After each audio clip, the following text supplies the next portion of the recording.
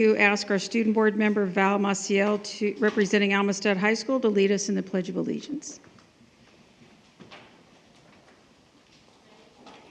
I pledge allegiance to the flag of the United States of America and to the republic for which it stands, one nation, under God, indivisible, with liberty and justice for all.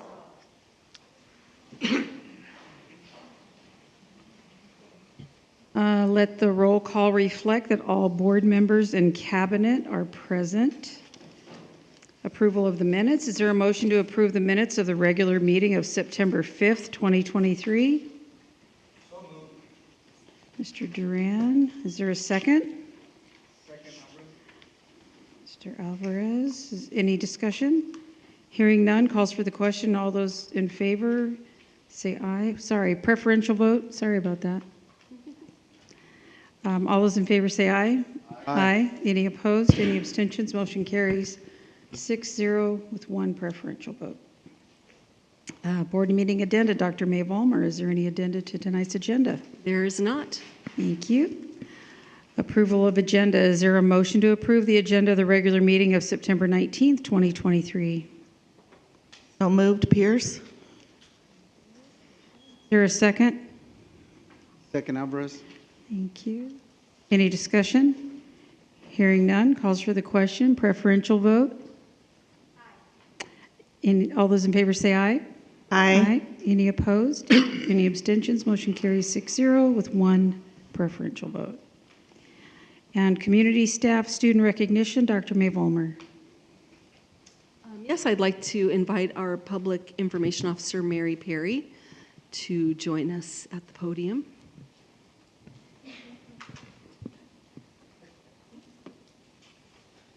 Andrew cheered for me. Wasn't that nice? Thank you, Andrew. Good evening. I have one recognition this evening of three amazing young people who are sitting here in the audience. I'm going to call them up in a minute. Thank you.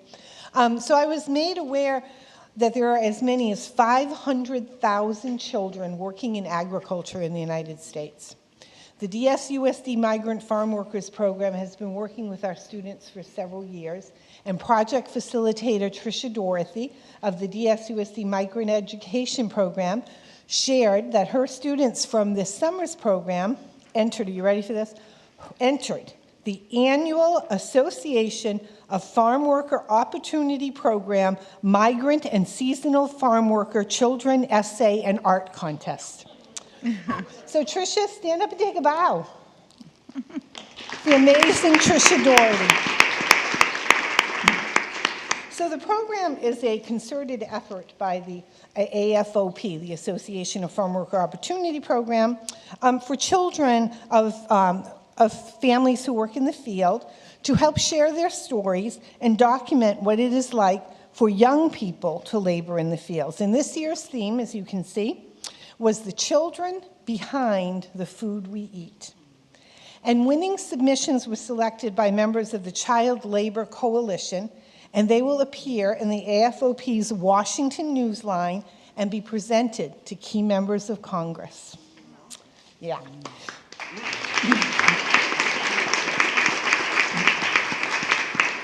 So their images and their words illuminate the struggles and the hopes of one of our nation's most marginalized populations and demonstrate the potential for the young people who are given the opportunity to work hard in the classroom rather than in the fields.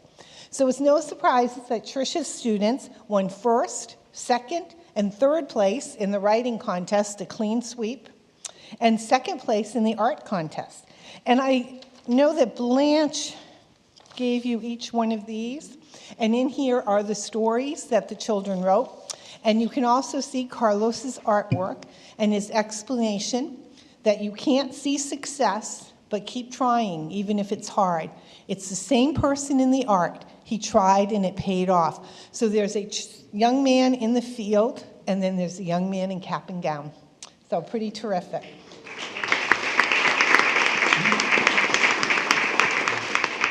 So I'm going to present each of the students with our wonderful new pins. So you're going to get this pin, and it's pinned to a sticker. So when you take the pin off, you can wear it on your school shirts. If you have a lanyard, a sweatshirt, a jacket, whatever you want, and the sticker can go on your Chromebook, or it can go on your water bottle, or it can go on your lunchbox, or whatever you want, but it's a sticker that everybody in the whole school can go ahead and see that you earned this, okay? So I'm going to give the first one to Carlos Cepeda, who won both art and essay. Carlos, come on in. Can you shake your hand? Thank you. They're all very shy. And the second one is Fernanda Martinez. Fernanda. I love that name. Is your dad's name Fernando? What's your dad's name? Raimundo. Where'd the Fernanda come from? I love it. You can tell me later, okay? It'll be our secret. So here's your pin and sticker. Congratulations. Job well done. And finally is Liliana Asensio. Liliana, come on up. Here you go. I'm going to shake this one. Okay, and there you are. There are your pictures. So congratulations. Please join me in another round of applause. Thank you. Thank you, Mary. Okay, introduction of new or recently promoted employees. There are none. And now we will have board and superintendent comments. Ms. Maciel. Could you pull your, yeah. Oh, congratulations to Carlos, Fernanda, and Liliana. Mr. Duran. Yeah, too, I'd like to congratulate the students on the wonderful job they did with the art, and it's really amazing. I'm a big fan of art. My daughters love to draw, and I think it's really a learning component that oftentimes we don't spend enough time acknowledging and utilizing in the classroom. But congratulations to each of you, and best to you and your families. Dr. Watson. Same. Congratulations to all three of you for your hard work. So proud of you guys for your efforts. And I was going to ask your teacher, Tricia Doherty, what school do they attend? Are they at different schools? Uh-huh.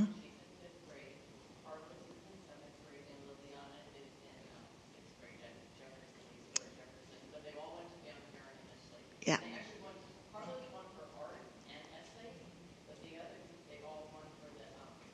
Essay. That's just amazing. Thank you guys for being brave enough to enter a contest, and you can do more in the future with your good essay writing. It was nice to read those and other kids as well. Thanks. Mr. Alvarez.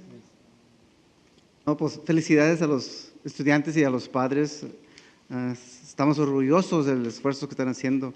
Y más importante, notamos que el trabajo que hacen los padres y la razón que estamos aquí con esto es muy importante para todos nosotros, ¿verdad? Todo el país. Es que muchas gracias por todo lo que hacen. Just thanking the families for their work. It does impact everyone here in the United States, and just thanking the students for their efforts and what they're doing, and just to continue doing the work that they're doing. So thank you.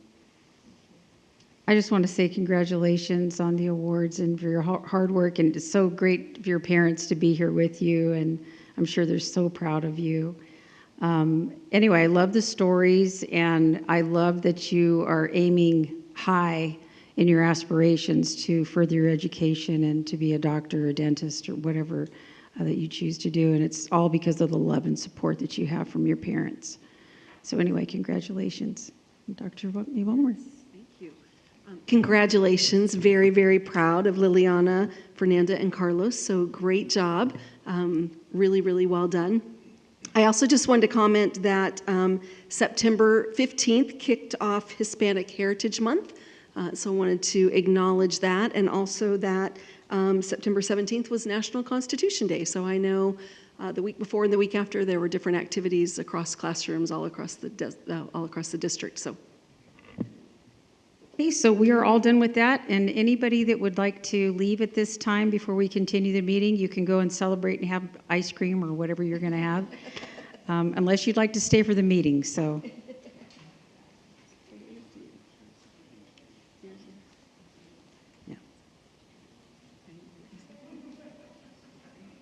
You can. Que a este tiempo, si gustarían pasar a celebrar con sus estudiantes, su niña, pueden pasar este tiempo.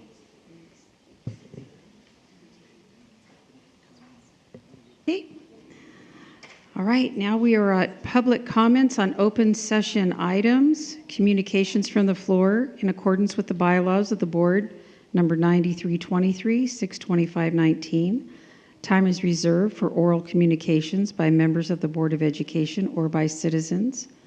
Citizens wishing to be heard on agenda items, regular or special meetings, and or non-agenda items within the subject matter jurisdiction of the board, regular meetings only, shall have a 3-minute limit.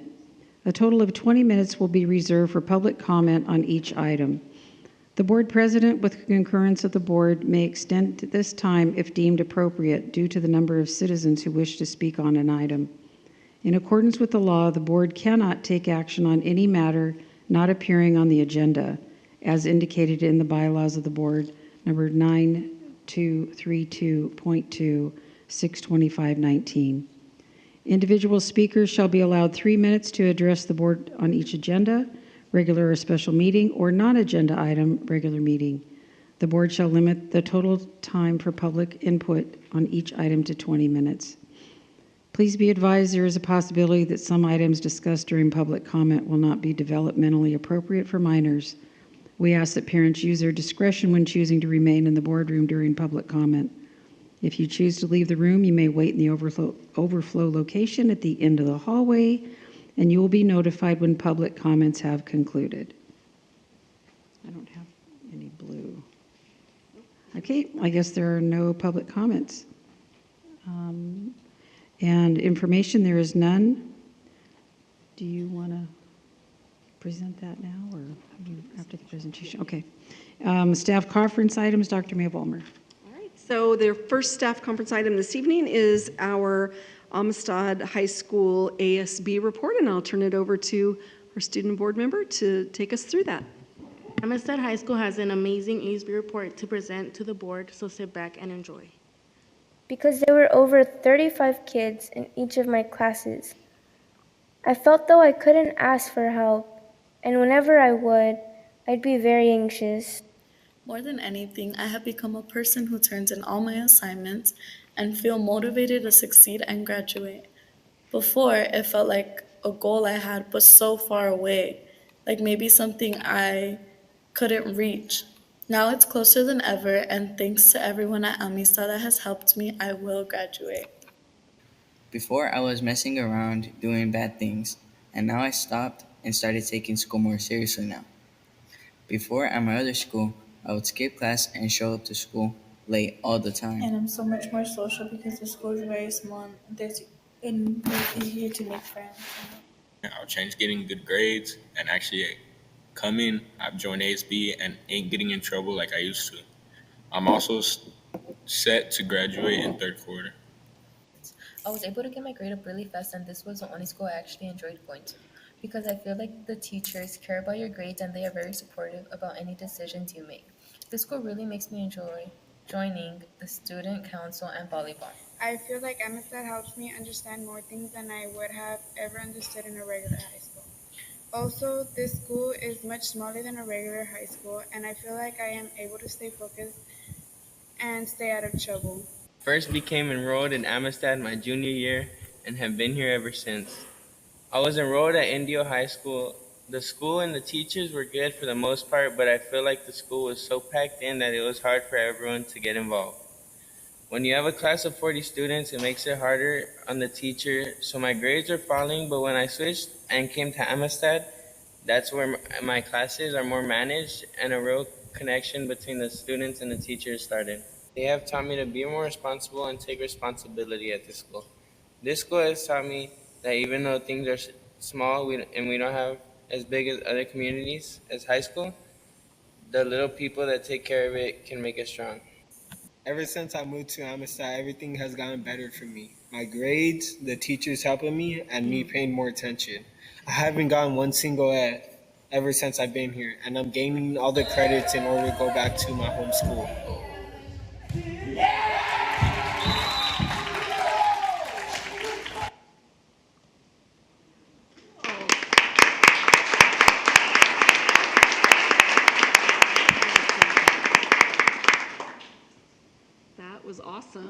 Thank you. Yeah.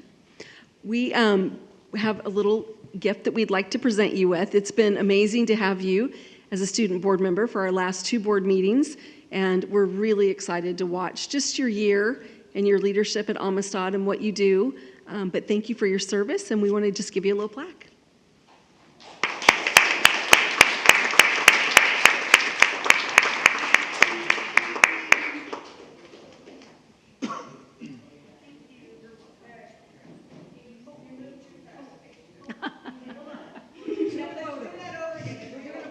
Here we go. How about that?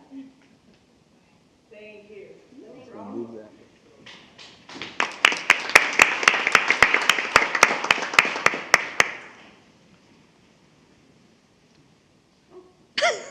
I was done, but I'm not. I'm going to turn it over to Assistant Superintendent Laura Fisher for our next staff conference item.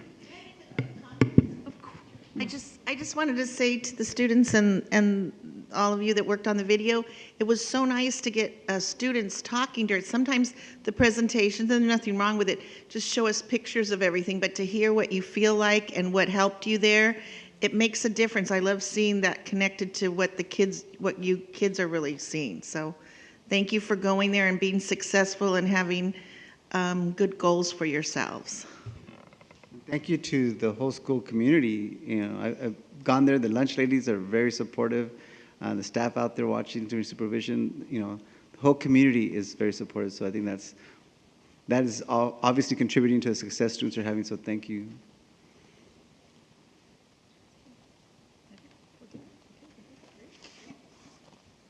All right, thank you, Dr. Vollmer. September is National Suicide Prevention Awareness Month. So this evening, you will be provided a presentation by Sue Ann Block, our mental health manager, and Blanca Maldonado, one of our SAP counselors. You also have in front of you a copy of the PowerPoint, a couple of flyers they're going to talk about, and your own suicide awareness pin. The colors are purple and teal. So I will turn it now over to Ms. Sue Ann Block. Thank you. Thank you. Good evening, board members, Superintendent May Vollmer, cabinet members, students and families. Bye. Thanks for coming. Thanks for coming. Community members and those listening online. In recognition of September as Suicide Prevention Awareness Month, we'll be presenting on the objectives of this international campaign, who this impacts, and how our community is affected by suicide, and how DSUSD supports bringing awareness to this difficult, sensitive, and stigmatized topic, not only this month, but year-round.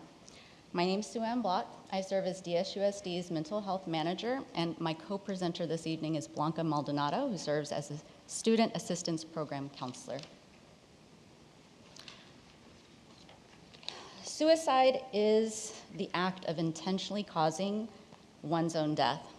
Suicide Prevention Awareness Month is a time to raise awareness by providing education about the signs of suicide, how to talk with someone who is having suicidal thoughts, and most importantly, how to connect those with resources and support to save their life. Suicidal thoughts, much like mental health conditions, can affect anyone regardless of age, gender, or background. In fact, suicide is often the result of an untreated mental health condition. It's often considered taboo to talk about suicide or to admit to having suicidal thoughts. But open discussion and awareness is needed to protect those at risk of suicide. Here's the facts. Talking about suicide provides that opportunity to open up the line of communication. Talking about fears or stressors could decrease them. Also, allowing someone to talk about their feelings may increase them to feel a life worth living. And saying something like this, "Do you have thoughts of ending your life?" can start the conversation. It's important to be informed of resources and strategies to help someone that is feeling suicidal. Suicidal thoughts, although common, should not be considered normal, and it's often indicative of some serious issues. In addition to shifting public perception, we use this month to spread hope and vital information to those impacted by suicide. Our goal is ensuring that individuals, friends, and families have access to the resources that they need to discuss suicide prevention and to seek help. Based on the most recent statistics for the United States, suicide is the second leading cause of death for young people ages 10 to 14, and it's the third among youth and young adults ages 15 to 24. The data shows that those that completed suicide, almost half, 46% of those were diagnosed with a mental health condition, and 90% of them experienced symptoms of mental health conditions. When we increase awareness of talking about suicide, we're also destigmatizing talking about mental health conditions and symptoms. In February of 2023, when we presented at the board meeting about DSUSD's suicide policy, we were limited on more recent data on suicide nationally and locally. Well, in March of 2023, recent data was published on the number of suicide deaths and hospitalizations for self-harm. In Riverside County, there were 42 reported youth suicide deaths between 2019 to 2021. The youth were ages 10 to 18. Suicide death was higher in males than females, and the majority of suicide deaths were among Hispanic, followed by white individuals. The cities with the highest suicide deaths were Moreno Valley, Riverside, Corona, Hemet, and Lake Elsinore. And in Coachella Valley, we had 6 suicide deaths, youth deaths, and those cities were Cathedral City, Indio, and Palm Desert.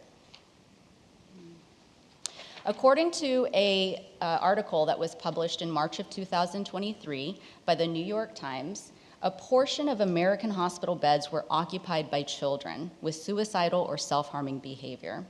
It soared over the course of the last decade, and this is according to a study of admissions to acute settings in the hospital. So mental health hospitalizations rose significantly for our children, ages 11 to 14. So before I review the infographic that you see on the screen, it's important to recognize and describe how suicide is associated with health and social disparities.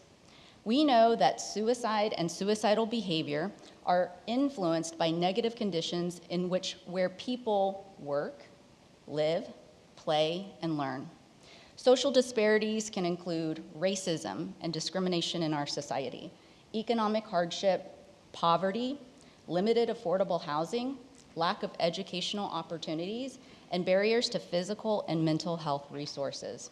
Additional factors that increase suicide risk include relationship problems, a lack of connectedness with others, easy access to lethal means among people at risk, adverse childhood experiences, bullying, and serious health conditions. Some populations experience more negative social conditions and have higher rates of suicide or suicide attempts than the general U.S. population. Some examples of those groups experiencing suicide health disparities include veterans, people who live in rural areas, sexual and gender minorities, middle-aged adults, people of color, and tribal populations.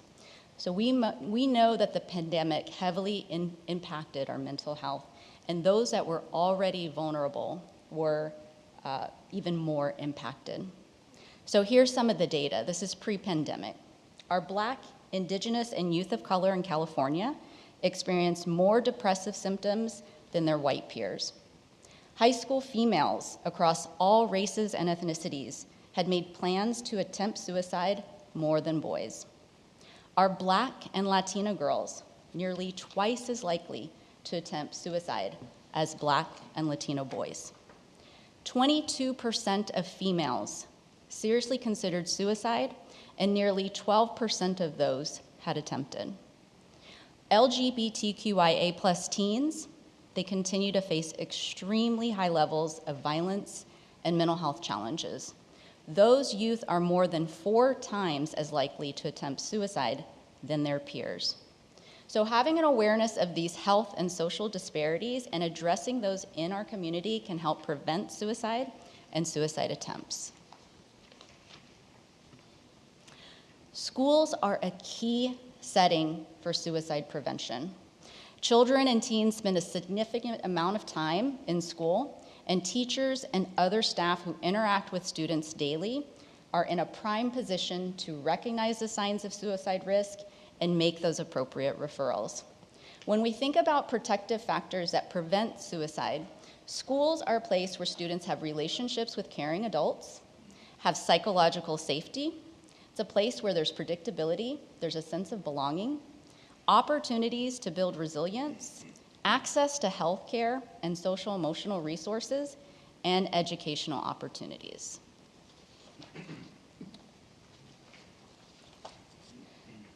So our suicide policy has measures and strategies for suicide prevention and intervention. That includes crisis intervention procedures for addressing suicidal threats or attempts. Our wellness providers include counselors, school-based mental health therapists, school psychologists, and nurses.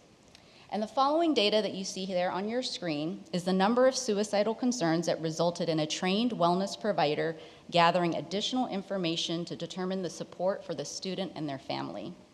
Please note that these numbers do not result in a psychiatric hospitalization. Ms. Blanca Maldonado now will be sharing our district procedures for suicide prevention and how DSUSD promotes suicide prevention awareness at our school sites.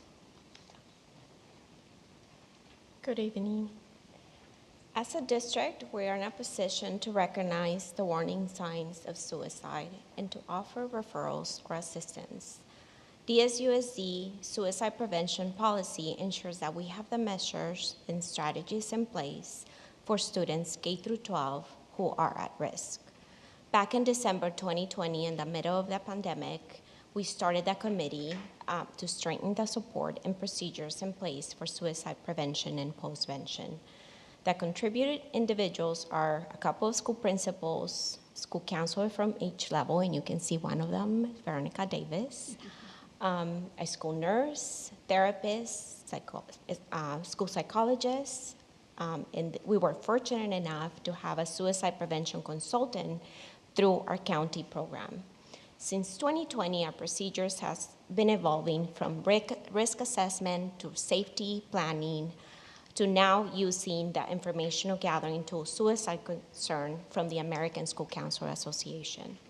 All of our wellness providers have access to a SAP resource folder that includes prevention, intervention, and postvention procedures to address suicide concerns. At the beginning of the school year, SAP counselors review the new procedures for suicide concerns with all of our school counselors, Tier 2 counselors, psychologists, assistant principals, and nurses, and our school-based mental health therapists. Don't want to forget that. Sorry. We understand that connecting with our community partners, it's an essential part to help our students. We have partnership with our UHS, Riverside University Health System, crisis team, mobile crisis team, Operation Safe House, Betty Ford Children's Center, Ronnie's House, Barbara Sinatra Center, and a few more. Oh, am I forgetting to use this? Yes. Oh, sorry. While our multi-tier system of support has Tier 2 and Tier 3 strategies and interventions to support our students with suicide concerns, suicide prevention awareness starts at a Tier 1 level.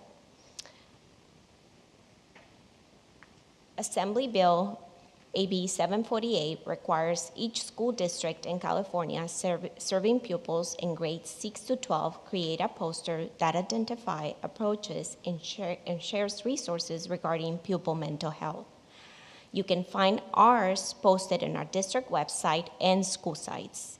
Student ID cards have now been revised to include new resources on the back.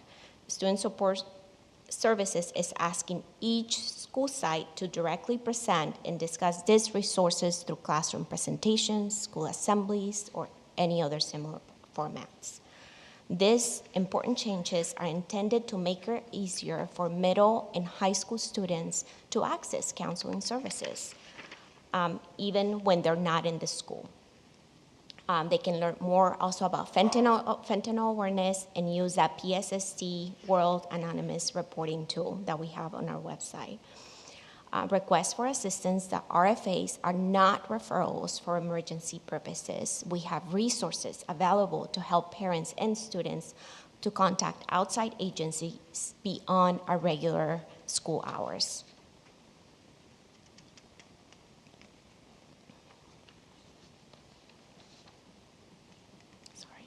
DSUSD offers parenting classes facilitated by elementary counselors for ages 5 to 10 using the Loving Solutions curriculum. The lessons are both in English and or Spanish and are provided throughout the year, a few times a year.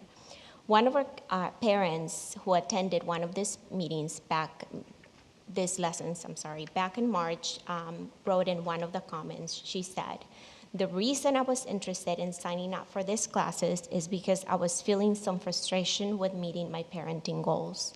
These classes have helped me to feel more confident in implementing more consistent methods for parenting in a kind and effective manner."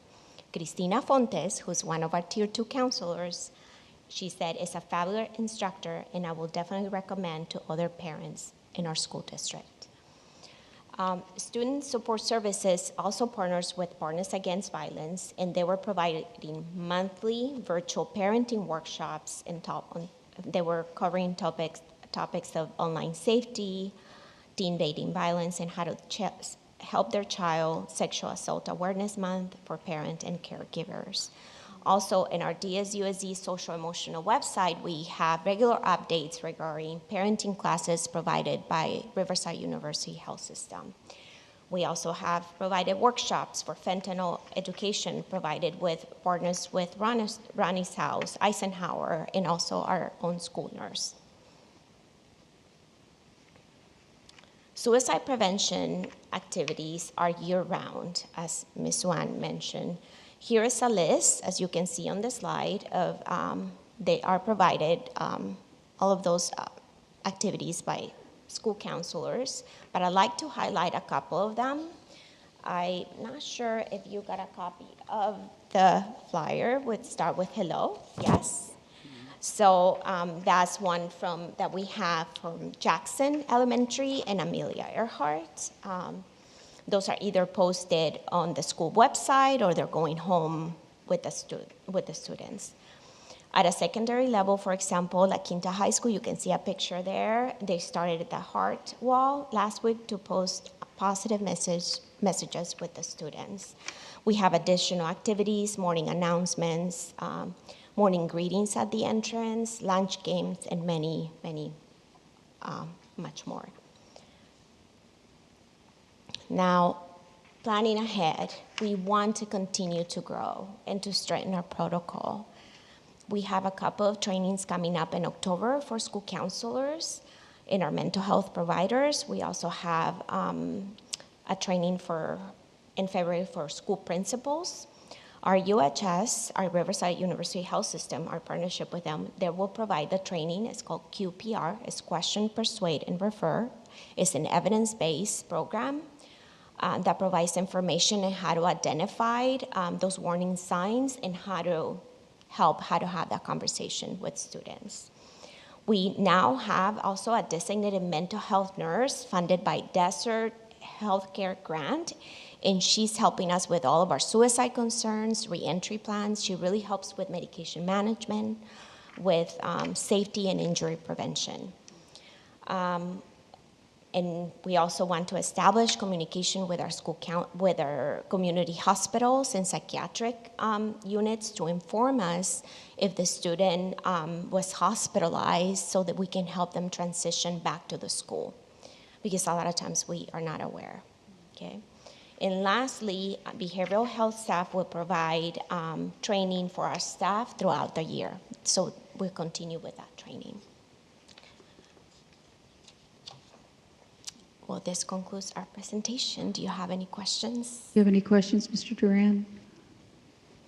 No, I have no questions, but I want to thank you for this presentation, this very serious societal tragedy that afflicts all communities. And I want to just reach out and say that that for too long, suicide has been cloaked and existed in a silence and a stigma and a secrecy that, if anything, I think is the bright shining light is that we as a society, and it's through people such as yourselves in the mental health field that have brought this consciousness to the American public and to the children that we serve, because it is a serious problem. And thank you. I want to thank you again for your report, and best to you, and may you have a great year. Thank you, Mr. Duran. Dr. Watson? I don't have any questions, but I do want to thank you for all the mental health support that you give our students. I really feel strongly that if our kids are not emotionally safe and comfortable at school, our teachers can't do their jobs. So what you guys do is very important, and I appreciate it. Something that I brought up to Dr. May-Volmar that I just want to address to parents that have the concern that the QR code doesn't, if they don't have a cell phone, that it does work with their Chromebook, so it's still accessible for the students. I too want to thank you for the presentation, and I'm so glad that there's going to be so much further training and outreach to the students. And I think this age of students, because we talk about this more, that they're more likely to open up and maybe get help if we reach out and can recognize things. So I really appreciate what all the mental health therapists and counselors do, and even a regular classroom teacher. If they can catch something and refer them to the experts, then we can help. So thank you. Yes, thank you for the presentation and all the efforts that you guys put forth towards mental health and humanizing education.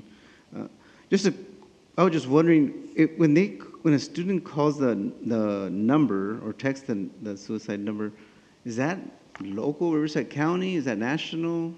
What? The 988. The one that's on the back of the ID badge? That 988 is a national number. Yeah, yes. How does that work? They're connected with a counselor. So there's a representative that answers, and so that's a 24/7 line for anybody to be able to access counseling support. And they have trained counselors. If you'd like to know more information, they do have a website, and I would encourage you to call them yourself. I always fact check everybody, and so I will call them and I will find out before I put any resource out to our community to ensure that it truly is something that is supportive and they are there when we need them and when we say they're going to be there. Is there a contact person? So if someone calls that number, do they have a contact here in local, like our district, and to get support? Is that how it works? They do. They will connect you with local resources. So that's part of their initiative, is to ensure that you have that support right away and that you also can connect with resources in the community. If I could just add, and please correct me if I'm wrong, Laura, the modifications we made to the back of the ID badge this year were really so that we could ensure that students had easy access to that request for assistance, which is local and close proximity assistance. But those numbers on there, although vetted and certainly will provide assistance, those are required by law that those be on there as well. So yeah, correct. We want them to have them, but they're also required that they be on there through legislation. Yeah, that's fine. But I was just wondering, how is it that we can get them services? So if it was a national number, they contact someone locally to get them the help. And I thought you said Sue-Ann, that the counselor that they're connected with, wherever they are in the country, will talk to them and then give them resources. Like they'll say, "Where do you live?" or something, and they'll give you resources there. But is it a HIPAA thing? Maybe not.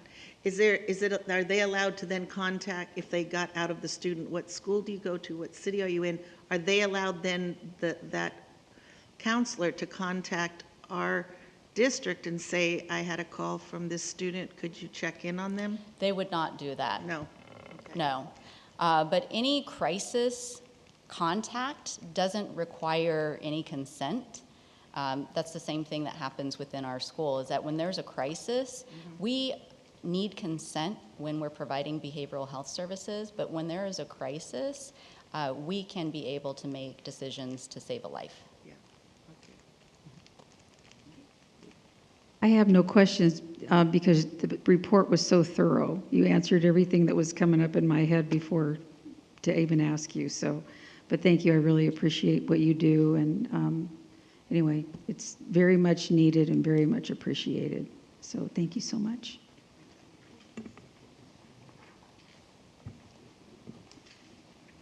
Okay, general functions, business services. There are 4 items in general functions, business services, with 1 item being a resolution which requires a roll call vote. Is there a motion to take items 2, 3, and 4 as a group or individually? Motion to take them as a group, 2 to 3. 4. Second, Pierce. Trish, okay. Is there any discussion? Hearing none, calls for the question. All those in favor say aye. Aye. Aye. Any opposed? Any abstentions? Motion carries 5-0. Resolution number 7, 2023 to 2024, authorizing application for the Volkswagen Environmental Mitigation Trust or California grant and signing certification and assurances with respect to applications to the Zero Emission Transit School and Shuttle Bus Project. Do I have a motion to approve this resolution? So moved, Alvarez. Is there a second? Mr. Duran? Is there any discussion? Hearing none. This is a roll call vote. Mr. Duran? Aye. Dr. Watson? Aye. Ms. Pierce? Aye. Mr. Alvarez? Aye. And I vote aye. Motion carries 5-0. Okay, number 18, general functions educational services. There are 4 items in general functions educational services. Is there a motion to take these as a group or individually? The motion to take them as a group. Is there a second? Mr. Duran. Any discussion? Hearing none, calls for the question. All those in favor say aye. Aye. Any opposed? Any abstentions? Motion carries 5-0. General functions personnel services. There are 3 items in general functions personnel services. And since our student board member is not here, we don't have to worry about that. Is there a motion to take these as a group or individually? Motion to take them as a group. Alvarez, is there a second? Second, Pierce. Discussion? Hearing none, calls for the question. All those in favor say aye. Aye. Aye. Any opposed? Any abstentions? Motion carries 5-0. Number 20, general functions student support services. There are 2 items in general functions student support services. Is there a motion to take these as a group or individually? Make a motion to take them as a group. Pierce, is there a second? Second, Alvarez. Mr. Alvarez, any discussion? Hearing none, calls for the question. All those in favor say aye. Aye. Aye. Any opposed? Any abstentions? Motion carries 5-0. General function superintendent, there is none. Consent items, student matters, there are none. Consent items, business services, there are 8 items in business services. Is there a motion to take these as a group or individually? Mr. Duran, is there a second? So moved, Alvarez. Mr. Alvarez. Any discussion? Hearing none, calls for the question. All those in favor say aye. Aye. Any opposed? Any abstentions? Motion carries 5-0. Consent items, educational services. There are 6 items in general functions educational services. Is there a motion to take these as a group or individually? Motion to take them as a group. Mr. Alvarez, is there a second? Second, Pierce. Any discussion? Hearing none, calls for the question. All those in favor say aye. Aye. Any opposed? Any abstentions? Motion carries 5-0.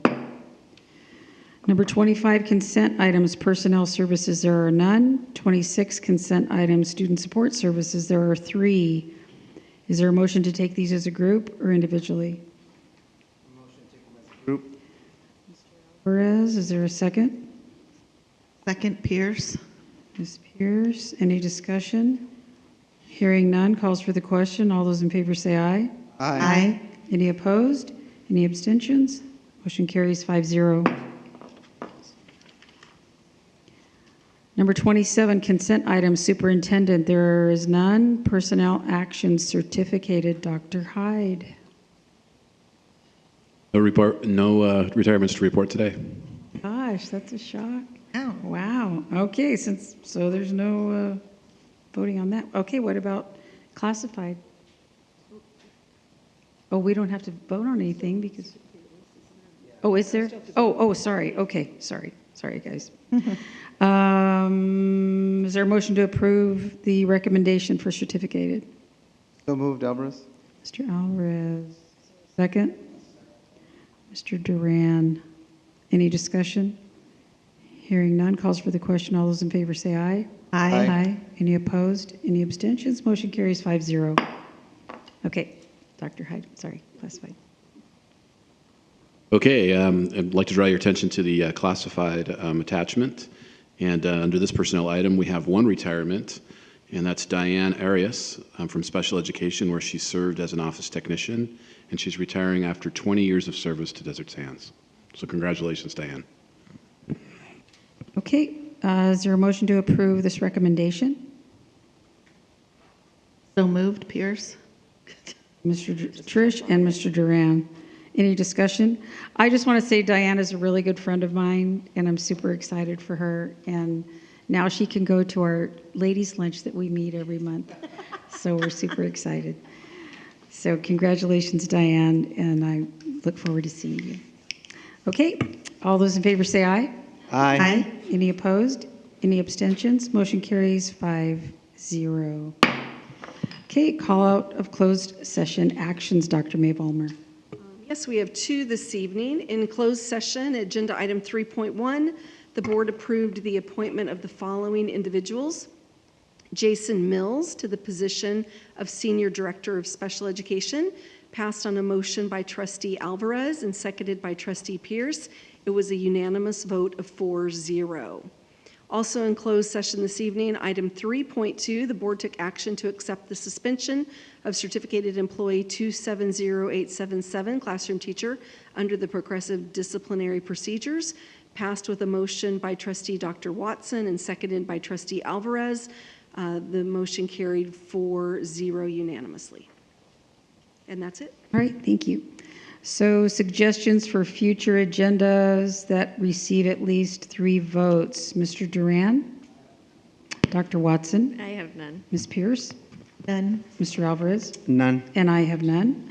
Announcements. The next regularly scheduled meeting of the Board of Education will be October the 3rd, 2023 in the District Education Boardroom, 47950 Dune Palms Road, La Quinta, California, 92253.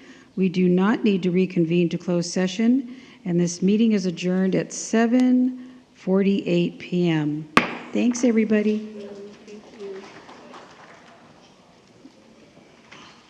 Thank you.